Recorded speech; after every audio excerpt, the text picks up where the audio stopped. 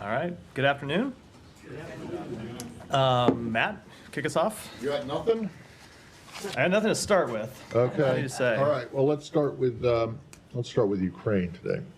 The security alert put out by the embassy. First off, can you be more specific as to what led to that?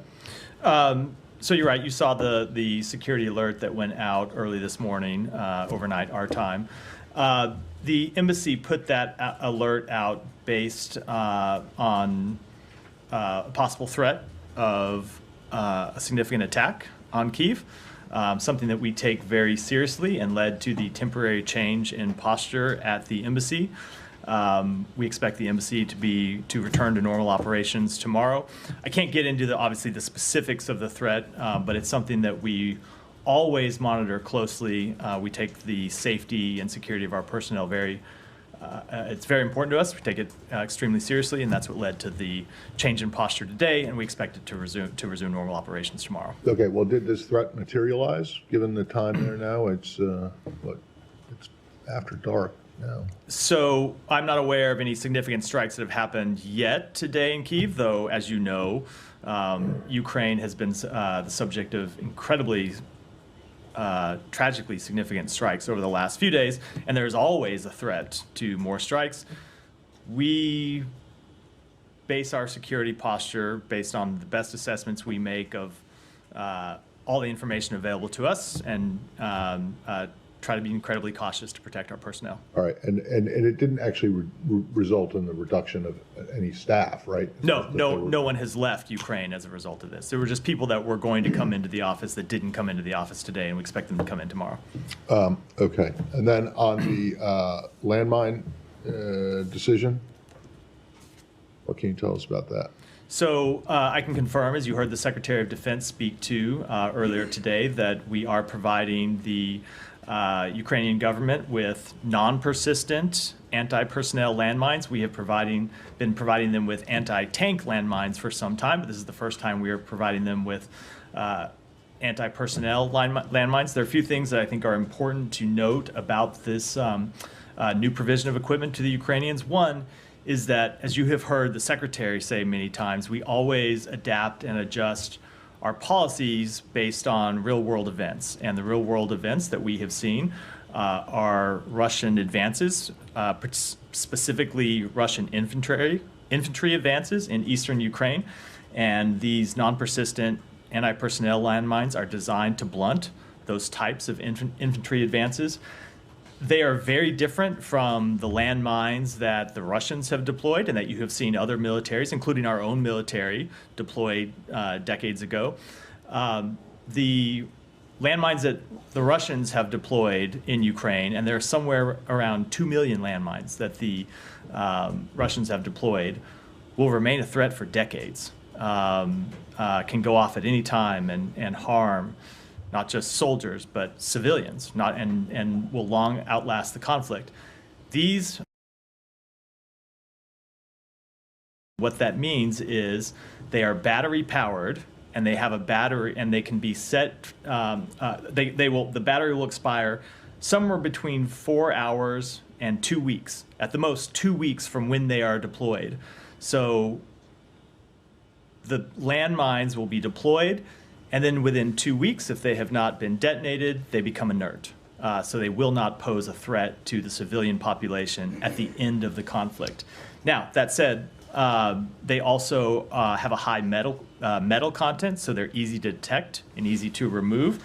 And we know Ukraine is going to have to conduct an operation at the end of the conflict to remove unexploded ordnance already, both from the 2 million landmines that Russia has deployed, as well as other unexploded ordnance. They have already been conducting that type of operation in some of the territory that they have recaptured, and the United States is committed to provide them $284 million to support those efforts. Yeah, go ahead. The Ukraine has said that Russia was trying to sow panic by circulating fake online messages about a massive looming missile and drone attack.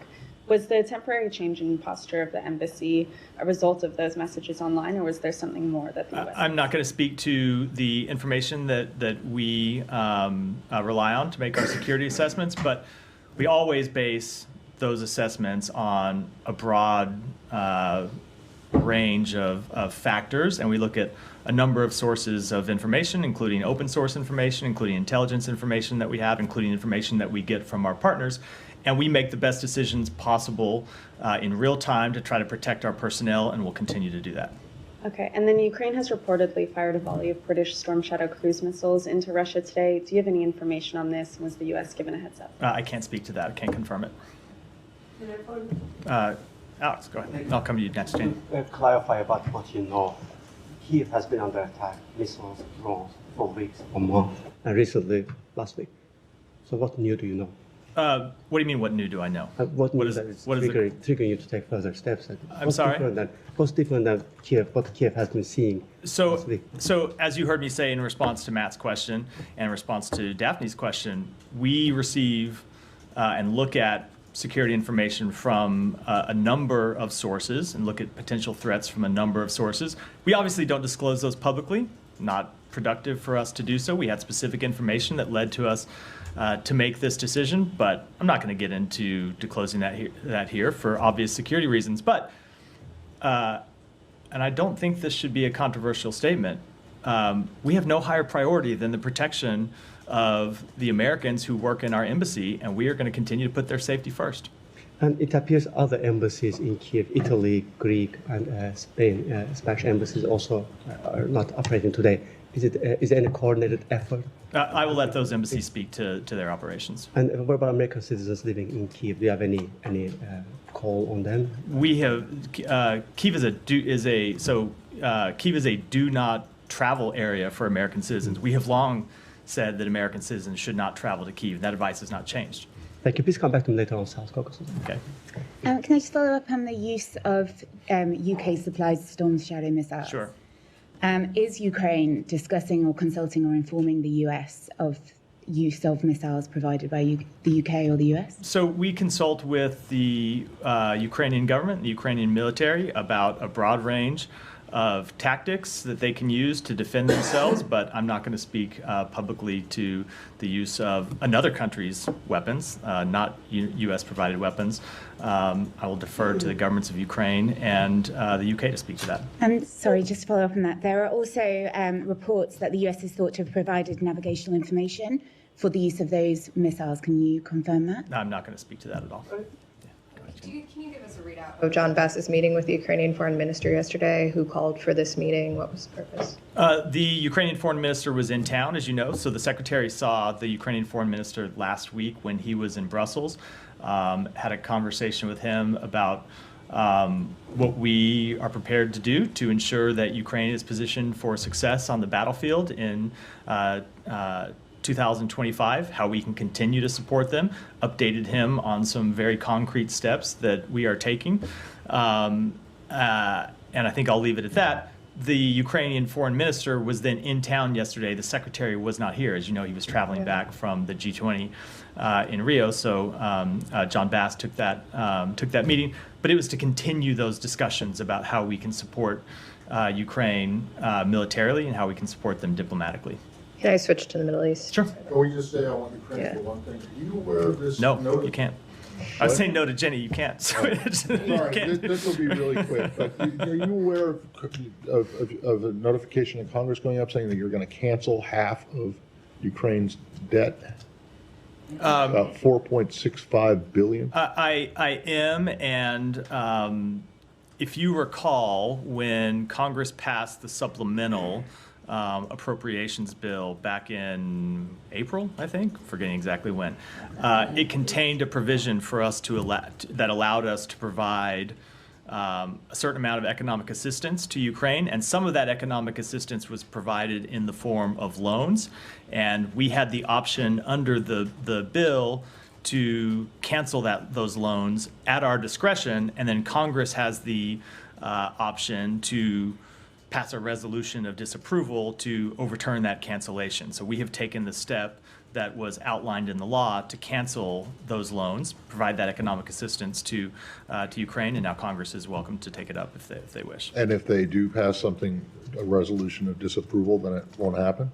So I'm going to get a little. Go ahead and do it I'm going to anyway. get a little over my skis and what the law exactly calls for here. I think I would be surprised if Congress took that step, given the overwhelming bipartisan support in Congress for providing assistance. But we will follow the law. Okay. Sorry, when did you provide clarification to Congress? It was in the last few days. I don't know when. Matt seems to be aware of it becoming public. I'm not sure exactly when we made it, but it was steps that we were taking this week. Jenny, I thought you wanted. Oh, okay. Okay, thank you. Thank you. Such a generous colleague. So rare in this room. Yeah. Jenny, this Thank better be a you. Ukraine question or Jenny's going to come back. Yeah. Right? Reclaim her time. Yeah, Ukraine and North Korea. Zelensky said that 100,000 North Korean troops would be dispatched. And also Ukraine. I'm sorry, Ukraine said that. Yeah, Zelensky said 100,000 North yeah. Korean troops would be dispatched. Also, the video shown by Ukraine showed several North Korean soldiers killed. How many casualties and wounded have North Korean soldiers suffered so far? I don't have an assessment to offer from The here. second question, the South Korean National Intelligence Service has announced that North Korean troops are being deployed to the Russian army and are participating in the war in Ukraine. It has also confirmed that North Korea is providing Russia with self-propelled artillery and rocket launchers. What do you think about this? So I don't have a further assessment to offer today than what we've said in recent days about the deployment of North Korean soldiers to Kursk. We continue to see them in Kursk. We have seen some of them begin to take part in combat operations, and that makes them legitimate targets. Thank you. Anything else on Ukraine before we go? I said Ukraine. Jenny, go ahead. I'm happy to come to the Middle East, but I'm going to start with Jenny, who is next in the queue for Middle East. On the Lebanon negotiations, I know Hochstein is traveling or may have arrived in Israel. Do you feel that you have closed the gaps? Are you optimistic about potentially securing a deal in the coming days? We continue to make progress towards reaching a resolution. As you know, almost had additional meetings with the Speaker of the Lebanese Parliament before leaving Beirut for Israel. He's now going to Israel to discuss the outlines of a potential deal. We continue to believe a deal is possible. We continue to believe a deal is in the interest of all relevant parties, and we're going to continue to push to close one. Where do things stand in terms of sustaining the LAF, them relocating to secure the border north of the Litani? So we have had important conversations with our Lebanese counterparts. That's one of the things, of course, that Amos has been discussing with them during his trip. And it's one of the things that we have been discussing separate from the trip with other partners in the region and with other partners in Europe about how people can provide financial contributions to the LAF, whether there are countries that can provide training to the LAF, whether there are countries that can provide other types of operational support to the LAF to ensure that it can perform the important role that it would have to play in ensuring UN Security Council Resolution 1701 is fully implemented. And do you feel that those gaps have narrowed? Are they in a position, is it just political will at this point where? I really don't think I should get into characterizing the negotiations or the parties or kind of negotiating in public, so I'm going to decline to answer that one. Let me go ahead and I'll come to you next, Michelle. So Hezbollah's chief said they'd given feedback on the U.S. drafted ceasefire proposal. Is any of the feedback something you'd consider non-starter? Again, I'm just not going to negotiate in public in any way about this issue. Okay, and you said that they approved the track of indirect negotiations through the Speaker of the Parliament, but rejected the notion that Israel would be able to keep striking Hezbollah even after a truce is reached.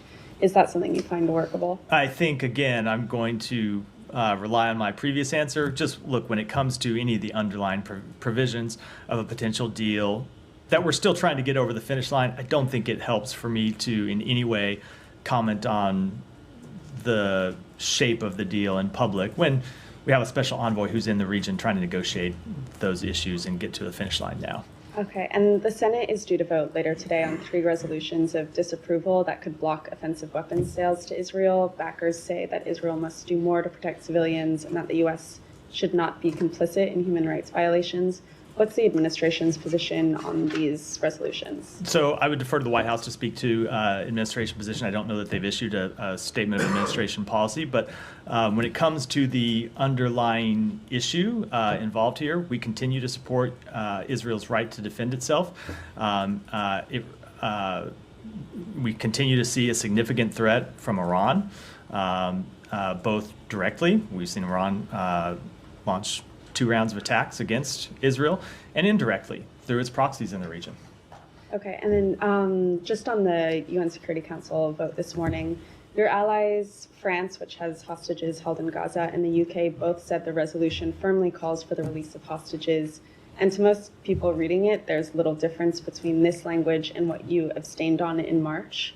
So why did the U.S. feel the need to block the resolution at this time? So it's a good question. The resolution does call for the release of hostages. What it doesn't do is link the release of hostages to an immediate unconditional ceasefire. And we have made clear throughout this process that we cannot support a resolution that calls for an unconditional, immediate ceasefire and delinks it from the release of hostages. There are still 7 American citizens who are being held hostage in Gaza, and we are not going to walk away from them. And so we worked in good faith for several weeks to try to get to yes on this resolution, to try to get to a resolution that we can vote for. As you know, we have voted for a resolution in the Security Council resolution already this year that called for a ceasefire, but it called for a ceasefire with the release of hostages. And that is our position. We firmly believe in it because we want to see those hostages come home. And I would kind of turn the question around and ask, why is it that the countries pushing this resolution couldn't actually link the two? Why they wouldn't agree to link the ceasefire to the release of hostages? What is it to the release? What is it about the release of hostages that they wouldn't support when linked to a ceasefire? It seems to us plain common sense that if there's going to be a ceasefire, that Hamas shouldn't get to continue to hold the hostages. And so we want to see the two linked, and that will continue to be our position. We will continue to look for ways to find consensus with other countries on the UN Security Council, but because of that language, this resolution is not something we could support. But as was pointed out earlier this morning, this resolution did contain a call for the release of hostages. What was defective about it? The defective is that they were not linked. We believe it's important that you get a ceasefire. You get a ceasefire that secures the release of hostages. And we proposed a number of different formulations that would link the two, and that would call for a ceasefire that includes the release of hostages. And I don't understand. Hold on. Let me just say, I don't understand what could be objectionable about that language. Well, right. Well, no, but I guess the point is that other people don't understand what could be objectionable about the language that you just vetoed. What is objectionable to us is that it calls for Israel an immediate ceasefire and the immediate release. It calls for an immediate ceasefire, and we don't think that Hamas. Because let's be clear about when people talk about an immediate ceasefire, what they mean is they mean for Israel to immediately stop fighting. You think Hamas is going to respect a UN Security Council resolution calling for the release of hostages? No, we don't think they are at all. So we think that if you're going to see,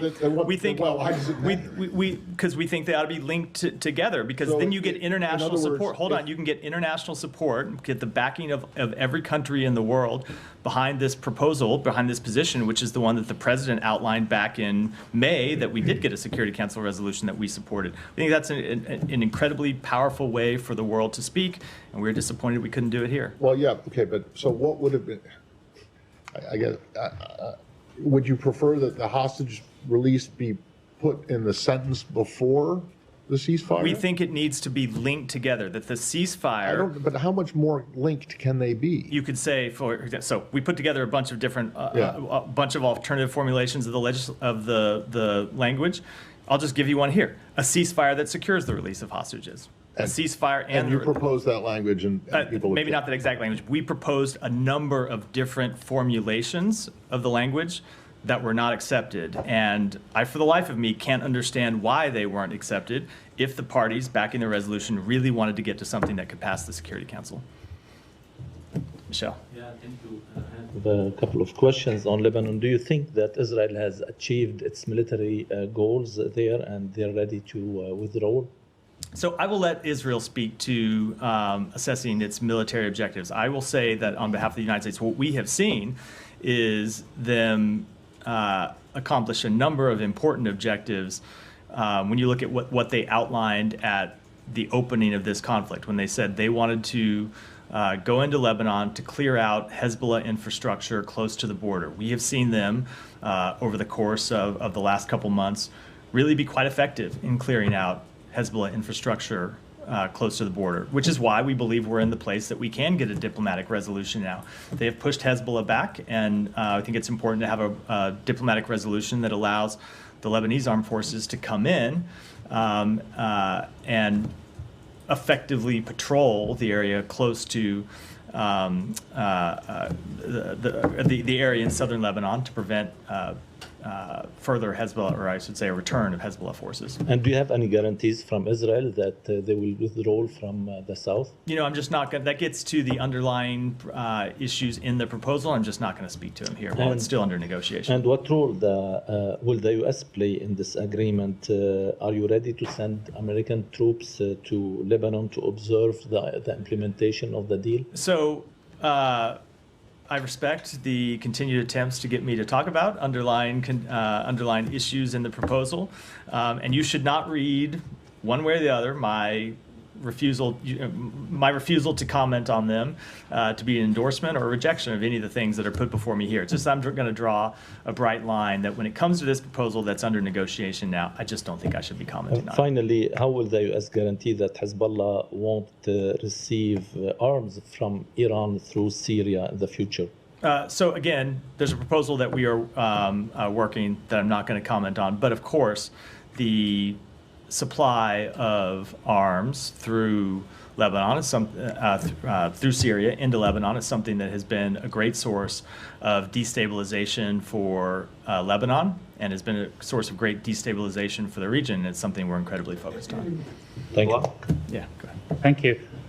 So today at the IAEA, Mr. Grossi said that one of the fruit of his visit to Tehran was Iranian agreeing to cap its stock of 60% uranium, and he said that it's Iran moving in the right direction. Do you share that assessment with Mr. Grossi? Let me take that back and get you an answer. Okay, second one. Are you willing to give Iran a chance and not to push for resolution along with the E3 censuring Iran for non-compliance? So we continue to stay tightly coordinated with our E3 partners. I don't have any announcements to make today, but we're working with them and strongly support efforts to hold Iran accountable. So a yes or a no for tomorrow? I mean, they're voting. Come back tomorrow. I'm not going to preview it from here. An action that hasn't taken place yet. Thank you, Matt. I want to go back to the sanctions you announced on Hamas members yesterday, including the ones in Turkey. A report suggests that these individuals were transferred to Turkey as part of the 2011 Gladschalk prisoner exchange deal, which was mediated by the United States and the UNHCR. And according to Turkish sources, this transfer was made at your request in 2011. So could you please provide a clarification or elaborate on this? So I would say with respect to sanctions, that is an issue separate and apart from any prisoner exchange deal. Members of Hamas who are engaging in terrorist activities are sanctionable whether or not they were ever part of a prisoner deal. But can you confirm that, if you impose sanctions on individuals who were transferred to Turkey in 2011 at your request, is that something you can confirm? No, I'm not going to. So I wasn't around here in 2011. I can't speak to the substance of that deal. But what I can tell you is that it's really a separate question. Someone that's part of a prisoner exchange deal, which I'm not confirming because I don't know the specifics of it, but let's just stipulate that it were true for a minute. That does not in any way give them a free pass to get out of sanctions for supporting terrorist activities 13 years down the road. Who is supporting the members of Hamas that we designated yesterday? We designated for being involved in terrorist activities. Yeah. Go ahead. Yeah, thank you. But yesterday I asked you about the letter that the Israeli foreign minister sent to UN.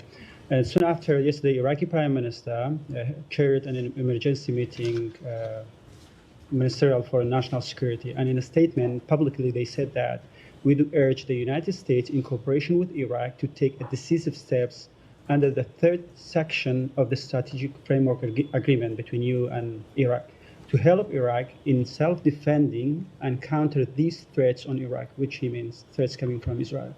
How do you respond to this request from Iraq?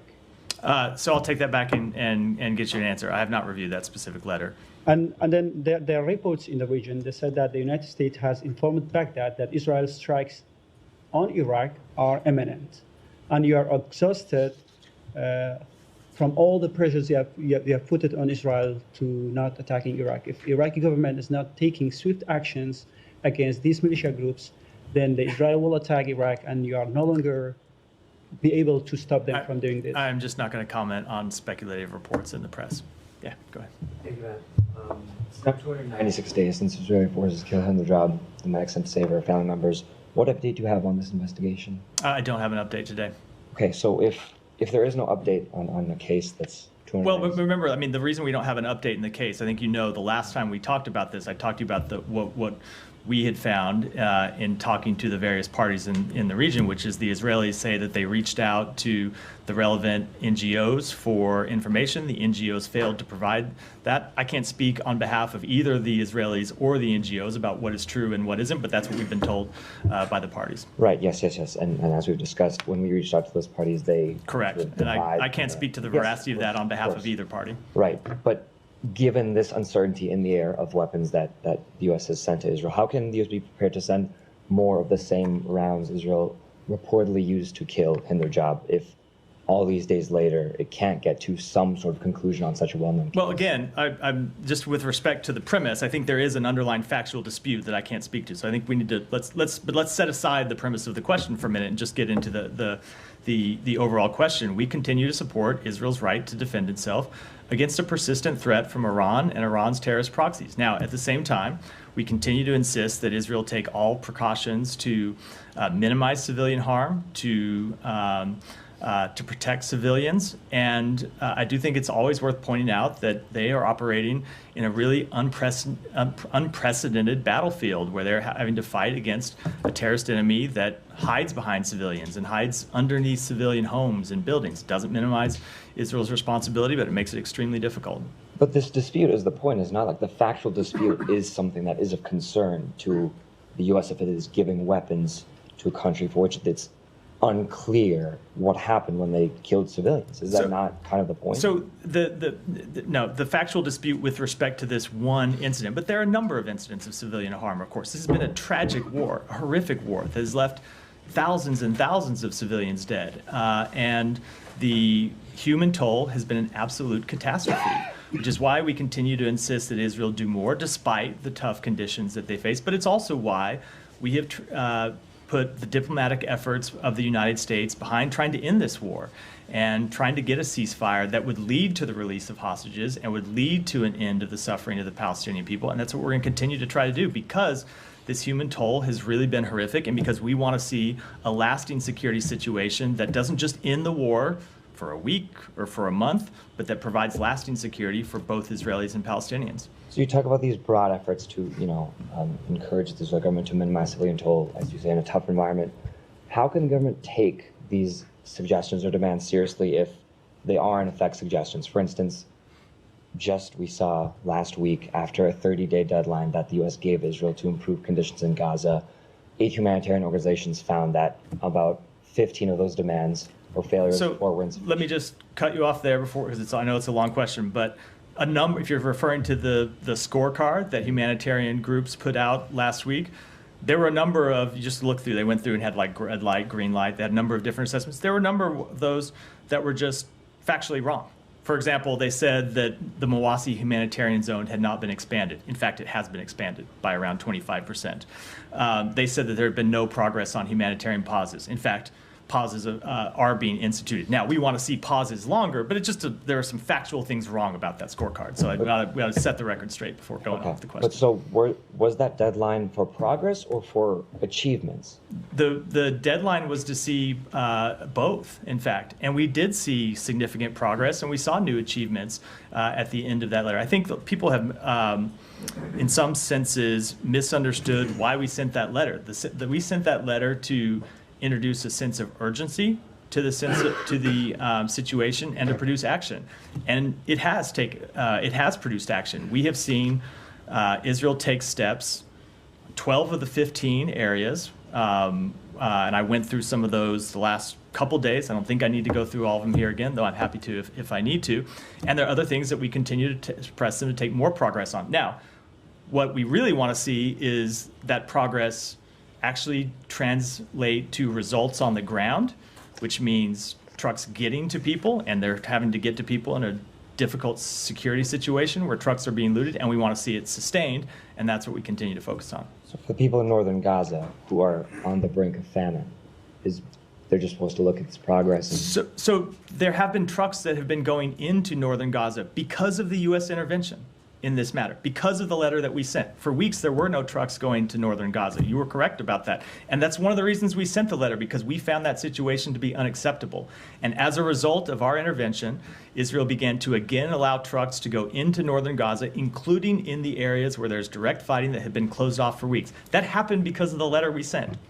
Finally, just what does it say that such insistent intervention is needed for a key ally to allow even the potential avoidance of? It says that we need to stick at it, and we're going to stick to it. Go ahead, Alex. And we'll move to South because Israel authorities say that they have discovered Hezbollah is in possession of Russian weaponry manufactured as early as 2020. Do you know anything about that, and what kind of reaction? I don't have any assessment on it. That would be deeply concerning if true, though.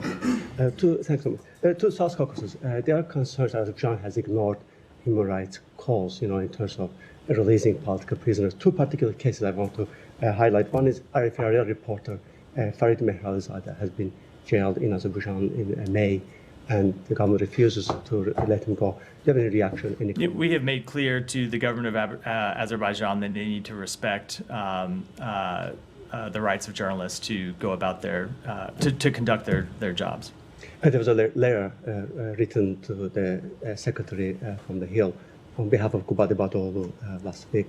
Do you have any response to the letter? And was the COP29? We will. So we will respond to the members with the letter, not publicly. And was it COP29 a missed opportunity?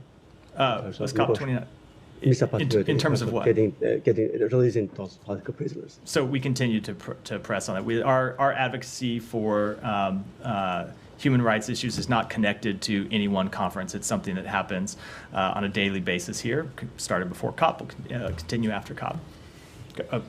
Yeah, go ahead, Jalil, and then we'll. Thank you very much. Thank you very much, Matt. It's my first question in this transition period, which I call repentance. Thank you so much. I first want to apologize to you if I have. That's okay. Let's just skip through the drama and get to the question. Oh. I'm sorry. I passed the question. I passed the question. I passed it. Please go ahead. I don't want. What? After these beautiful words, I don't want to ask even a question. Nick. Please.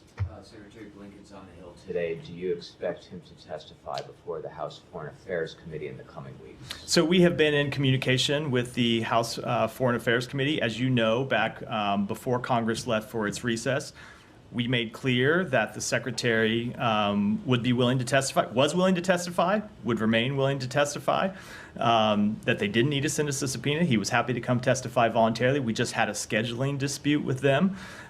We remain in communication with them. We've been in communication with them about that question the last few days to make clear that the Secretary is willing to come testify, as he has a number of times. We're working that out with the committee now. On Venezuela, what changed to prompt Secretary Blinken to call Edmundo Gonzalez the president-elect? So we've, over the last several months, have been giving Maduro time to show progress.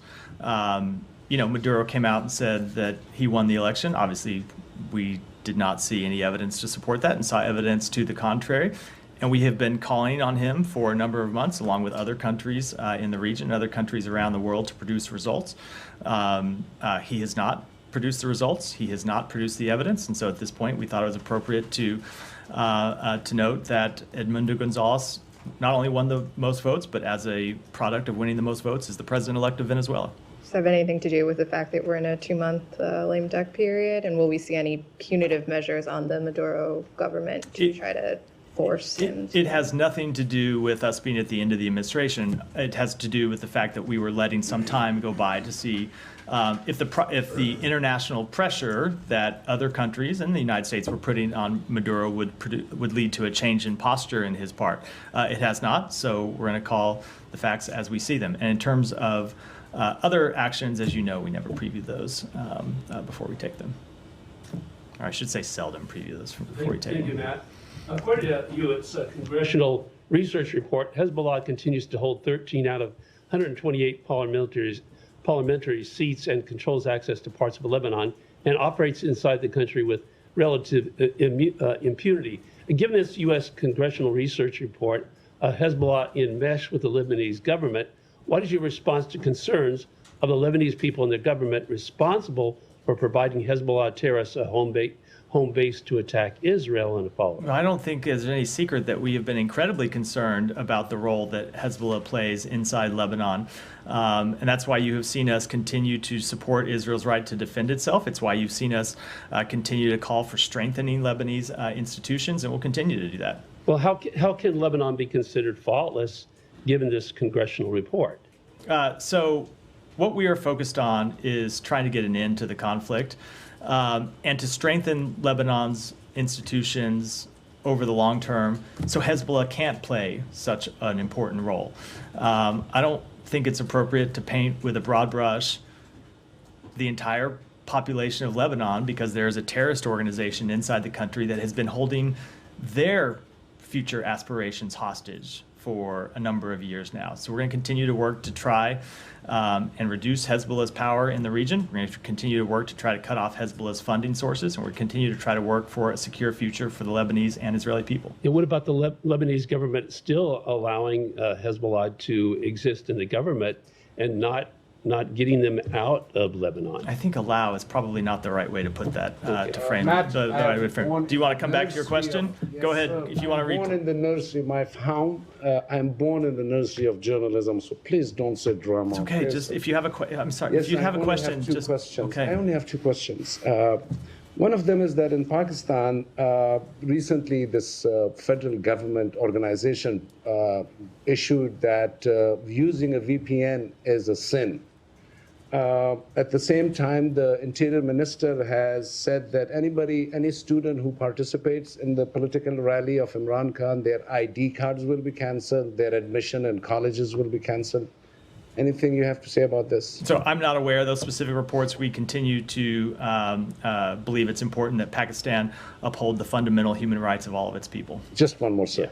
Yeah. And this again is purely human right question, I swear to you. Pakistan, whatever I have been seeing as a journalist for 25 years, is purely a human rights issue that I've raised to you. In Palestine, on the 10th day, I only said that because I witnessed Afghanistan war myself, so I know how the U.S. was treating the people of Afghanistan. It was not the way Israel had. And the same thing with Afghanistan. My sisters are the first girls who attended college. So for me, girls' education is a very personal matter. You know, all these three areas are some of the things I feel like Biden lost the administration because of simply these human rights things that your foreign policy ignored, and I raised it in front of you. Do you agree that all these factors have a human rights issue that were ignored? You said lost the administration. Did you mean lost the election? Yes. Look, I'm not going to comment on electoral results. It wouldn't be appropriate for me. Hold on, let me just finish. It wouldn't be appropriate for me to do so here. But we have put the human rights at the forefront of our policy since day one of this administration, and we'll continue to do so. Thank you so much, Matt. Yeah, of course. So due to Ukraine's military actions in the past few days, there's been an increased threat of consequences by Russia, not only against the US, but also NATO in general, even though NATO is not taking any collective action right now. Do you take this seriously, and are you discussing these kind of threat of consequences by Russia with NATO allies at the moment? So we continue to closely coordinate with our NATO allies about a range of threats that Russia presents, both to European security through its aggression, not just in Ukraine, but remember this is a country that also invaded another one of its neighbors, Georgia, and continues to occupy Georgia as it continues to occupy Ukraine. And we continue to discuss with our NATO allies asymmetric threats that Russia makes around Europe and that we have seen in some cases come to fruition around Europe. And what we do with our allies and partners is work to counter those threats and work to hold Russia accountable. And you've seen us hold Russia accountable both by supplying Ukraine with the equipment, the material it needs to hold them accountable on the battlefield, but also with our unprecedented sanctions that we have imposed with our partners around the world. So is US and maybe NATO in general ready, can we say ready for the consequences that's been actually put forward by Russia in the past few days, specifically the past few days? Look, I'm not going to comment on every comment that we hear out of the Russian government, some of which are completely inappropriate to the situation at hand. I will say, and Russia knows this, that NATO is a defensive alliance. NATO does not threaten Russia. NATO, this conflict did not start because NATO was looking for war with Russia. NATO continues to not look for war with Russia. It is a defensive alliance and will continue to be so. Can I follow on Ukraine? Yeah. Thank you, Matthew. Good afternoon to you. Back to the anti-personnel landmines that the U.S. will be giving Ukraine. You mentioned non-persistent. Earlier this year, Pope Francis. Does the State Department agree with that description? Insidious. So landmines can pose the traditional landmines and the landmines that Russia has deployed across Ukraine. The reason they're so damaging is because of the threat they can pose to civilian populations for years years after the conflict. The situation here could not be more different from that. Ukraine has committed to only use these mines in non-civilian areas. And remember, we're talking about conflict that is in Ukraine, so they have an interest to use them in non-civilian areas, where areas that civilians are not. But they're also mines, unlike the ones that people usually have in their mind when they make those types of comments. These are mines that are going to be inert and deactive in at the most 2 weeks from now. So these don't pose a threat to civilian communities when they come back into an area after the end of a war and you find them stepping on a landmine that they didn't know was there and shouldn't have been in their community. This is a much different situation. Yeah. Thank you. Do you have any information or assessment regarding claims by Asif Mahmood, an advisor to Bangladesh interim government, about preparation for an armed revelation? Additionally, are there concerns about potential source of arms or the implication of such statement for the region's stability? I haven't seen that statement at all. I wouldn't want to comment on it. How does the United States view the increasing incident of assault on legal counsel within court premises across Bangladesh, including the recent attack on the defense lawyer of a senior leader, Amir Hussein Amu? What is the U.S. position on the broader implication of human rights, legal protection, and the rule of law in Bangladesh? So our position with respect to human rights in Bangladesh is the same under this government as it was under the previous government, is that we want to see the human rights of the Bangladeshi people upheld, full stop. Finally, there are reports that the interim governments in Bangladesh is considering removing secularism from their constitution, which could significantly impact the country's democratic framework and minority rights. So what is your comment? I just don't have a comment on that. Thank you. Go to the back. Thank you very much. As this administration is about to complete its tenure, the question is, are you confident to say that you did enough measures to address the concerns of your partner, specifically the partner who is your partner in war on terror, Pakistan, who claimed many times that weapons you left in Afghanistan are used? I just missed which partner you're referring to? Pakistan. Pakistan. So they claimed many times, they raised this matter in UN, that weapons US left in Afghanistan or Taliban are using that. And this is not just a defense side, defense cooperation, but on diplomatic side, we also seen in these 4 years terms a visible diplomatic downgrade was there. Your top of the secretaries and representatives, they just overlooked or they just ignored most of the things. Most recent visit, what we observed was Secretary Lu. He visited India and Bangladesh, but not Pakistan. So the left 1.5 months, you have something for Pakistan and any better chances for, specifically in diplomatic measures? Look, I'm not going to preview any actions that we might take over the next 2 months, but as you have heard me say before, we are committed to using every day of our time in office to advance all of the important priorities that the president has set forward. Pakistan continues to be an important partner of the United States, and we expect that to continue for the next 2 months. All right, go here, and then we'll wrap up. Thank you, Matthew. I was just curious, where do things stand with Iran's nuclear program, and what steps is the U.S. taking to try to mitigate that program? So we continue to be committed to ensuring that Iran never achieves a nuclear weapon. We continue to work with our allies and partners to ensure that's the case, and that will be our policy through the last day of the administration. Is that something, though, where you guys are kind of passing that down to the next administration? Because it seems like the progress is still being made. So this is a threat that has existed through a number of administrations, right? This threat existed when we came into office. It existed when the previous president came into office. As long as Iran continues to enrich uranium in the way that it does, we will be committed to holding them accountable for those actions. And with that, wrap for today. Thanks.